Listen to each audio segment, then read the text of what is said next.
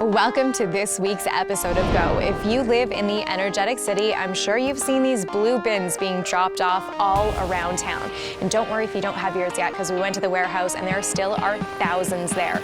But we wanted to take the time before they're actually in use to find out what we do put in them. So we went, of course, to the experts at the City of Fort St. John and the Northern Environmental Action Team to find out exactly what we should be putting in our huge recycling bins and what obviously has to still go in the garbage. We're going to bring you all that information and, of course, more stories from the Peace Region on this week's episode of Go.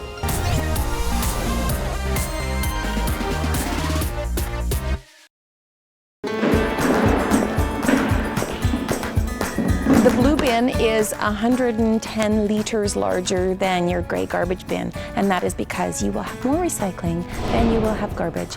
And in fact, some families only will put out their garbage can once a month. Julie Rogers is the communications coordinator for the City of Fort St. John. Her job is to get the word out about the new recycling system and how it will work, as Curbside will commence November 10th. There are the people who recycle who are thrilled out of their minds that they no longer have to cart it in themselves, or if they had already been purchasing curbside recycling, they no longer have to sort it. So, I mean, the people who recycle are beside themselves with delight. The people who recycled a little bit are like, maybe, but there's also a little bit of fear, because garbage is now going to be every 2 weeks, and that has shocked some people. One reason people have so much garbage is because there is lots in there that can be recycled. Tammy at the Northern Environmental Action Team showed us bins of items and what would go where.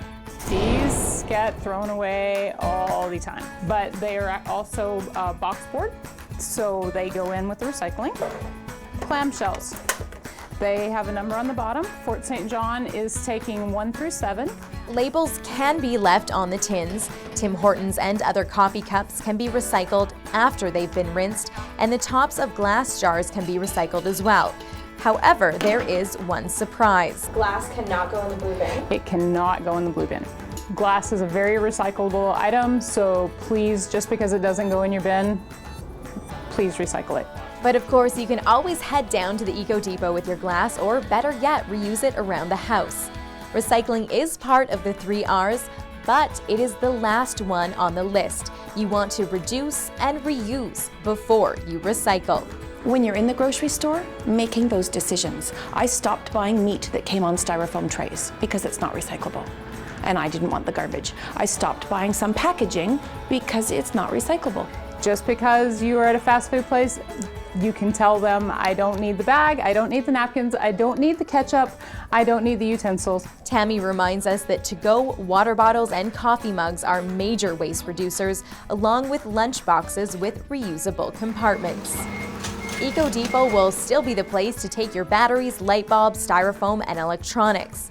All this information and more can be found by going to the City of Fort St. John website. Under Departments, go down to Integrative Services and Garbage and Recycling. Lots of detailed information and frequently asked questions can be found here. The city has a waste wizard on the website and on our app where you can look things up. So you're like, I have a rubber hose. You type in rubber hose and it says, sorry, it's garbage. Another project the city has launched that Julie just mentioned is their new app. The features will help out with not only recycling, but city issues. The app is really quite awesome. It's called Fort St. John City. So if you download the app, you have the waste wizard right in the app so that anywhere you're standing, you can look up before you throw it in the garbage, look it up and find out what to do with it.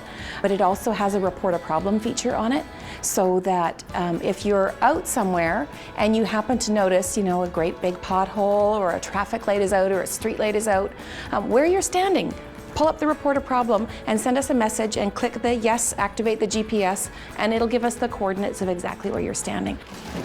You can also expect a pamphlet with further details before the Curbside launch date of November 10th. Reporting for Go on Shaw TV, I'm Emily Moyes.